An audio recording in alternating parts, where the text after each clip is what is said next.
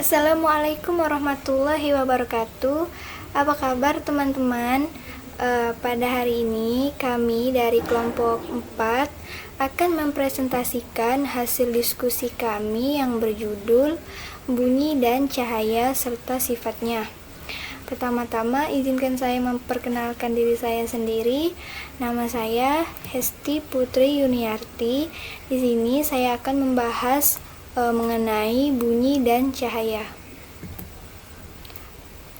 Pertama-tama kita membahas tentang pengertian bunyi. Apa itu bunyi? Bunyi adalah sebuah gelombang longitudinal yang merambat melalui medium tertentu. Bunyi terjadi akibat adanya getaran sehingga tercipta sebuah sistem suara yang akhirnya bunyi tersebut dapat terdengar di indera pendengaran manusia. Medium penghantar bunyi itu bisa bermacam-macam sifat dan bentuknya. Bisa berupa benda cair, padat, dan juga gas. Di dalam kehidupan kita sehari-hari, kita menangkap bunyi melalui udara dan partikel gas. Tingkat kecepatannya pun tergantung jarak yang dihasilkan oleh sumber bunyi tersebut. Semakin dekat jarak yang dikeluarkan bunyi, maka semakin cepat pula bunyi tersebut dapat ditangkap oleh indera pendengaran manusia. Kemudian di sini jenis gelombang bunyi. Yang pertama ada infrasonik. Gelombang infrasonik adalah gelombang suara yang tidak tertangkap oleh sistem pendengaran manusia. Kemudian yang kedua ada audiosonik. Gelombang audiosonik adalah gelombang yang dapat didengar langsung oleh telinga manusia. Kemudian yang ketiga ada ultrasonik. Gelombang ultrasonik adalah jenis gelombang yang frekuensinya paling tinggi dalam hitungan desibel. Di sini bunyi juga memiliki beberapa sifat, antara lain yang pertama merupakan gelombang longitudinal. Yang kedua, tidak dapat merambat pada ruang hampa. Yang ketiga, kecepatan rambatnya dipengaruhi oleh kerapatan medium. Perambatannya paling cepat pada medium yang kerapatannya tinggi. Kemudian dapat mengalami resonansi serta pemantulan. Kemudian yang terakhir, bunyi dapat juga mengalami resonansi. Kemudian kita membahas mengenai sumber bunyi. Sumber bunyi adalah semua benda yang bergetar dan menghasilkan suara merambat melalui medium atau zat perantara. Bunyi dihasilkan oleh benda-benda yang bergetar. Hal-hal yang dapat membuktikan bahwa bunyi dihasilkan oleh benda yang bergetar adalah yang pertama, ujung penggaris yang digetarkan itu akan menimbulkan bunyi. Kemudian pada saat kita berteriak, jika kita memegang leher kita seperti ini, itu kita akan merasakan adanya getaran. Kemudian yang ketiga, dawai gitar yang dipetik akan bergetar dan menimbulkan bunyi. Dan yang terakhir, kulit pada beduk atau gendang saat dipukul tampak bergetar. Cahaya adalah gelombang elektromagnetik yang dapat ditangkap oleh mata. Gelombang elektromagnetik adalah gelombang yang dihasilkan dari perpaduan medan listrik dan juga magnet. Pada tingkat yang dapat diamati, cahaya menunjukkan dua perilaku yang berlawanan. Selain itu, cahaya juga mempunyai sifat yang berkaitan dengan partikel, karena energinya tidak disebarkan merata pada permukaan gelombang, melainkan dilepaskan dalam bentuk buntelan-buntelan yang seperti partikel. Energi elektromagnet ini disebut foton. Kemudian di sini ada sumber cahaya. Di sini ada dua, sumber cahaya alami dan juga sumber cahaya buatan. Sumber cahaya alami bersumber dari matahari, bintang, kunang-kunang, dan beberapa jenis ikan yang ada di lautan. Kemudian sumber cahaya buatan bersumber dari lampu listrik, lampu minyak, lilin, dan juga senter. Di sini ada sifat-sifat cahaya. Yang pertama, cahaya merambat lurus. Teman-teman bisa lihat dari gambarnya. Cahaya merupakan gelombang elektromagnetik yang dapat dilihat. Cahaya dapat merambat tanpa memerlukan medium. Sifat cahaya yang merambat lurus dapat kita lihat ketika cahaya matahari yang masuk ke dalam jendela. Hal tersebut memperlihatkan berkas-berkas cahaya yang merambat lurus ke dalam ruangan. Kemudian ada cahaya menembus benda bening.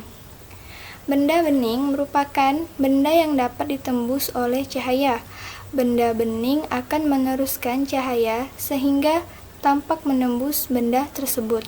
Sedangkan benda yang tidak bisa ditembus oleh cahaya disebut dengan benda gelap. Cahaya yang mengenai benda gelap akan diserap sehingga seolah-olah cahaya tersebut terperangkap dan tidak dapat keluar lagi. Dan yang ketiga, cahaya dapat dipantulkan.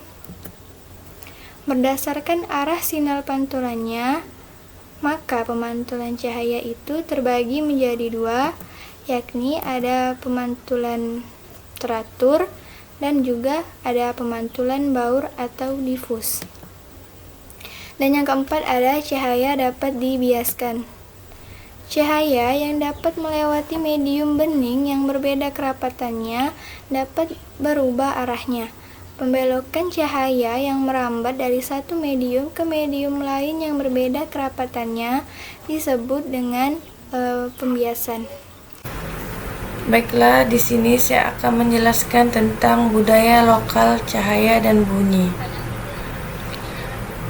Yang pertama yaitu bunyi. Bunyi di dalam budaya lokal Kalbar ialah alat musik Kalimantan Barat.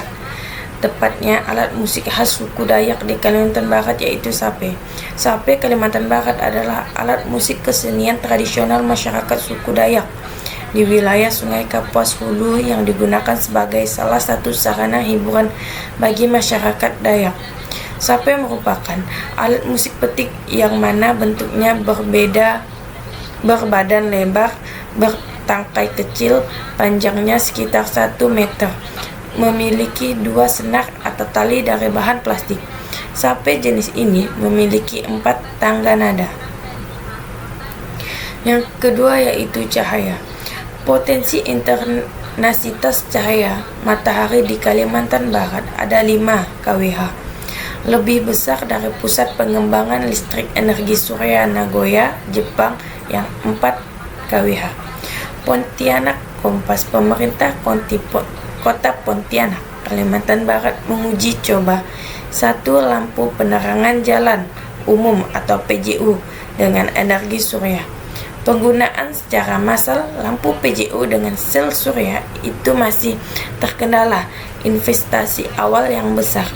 Jika memperhitungkan usia panel sel surya hingga 15 tahun ke depan, PJU menggunakan energi surya ini lebih ekonomis dibanding listrik PLN.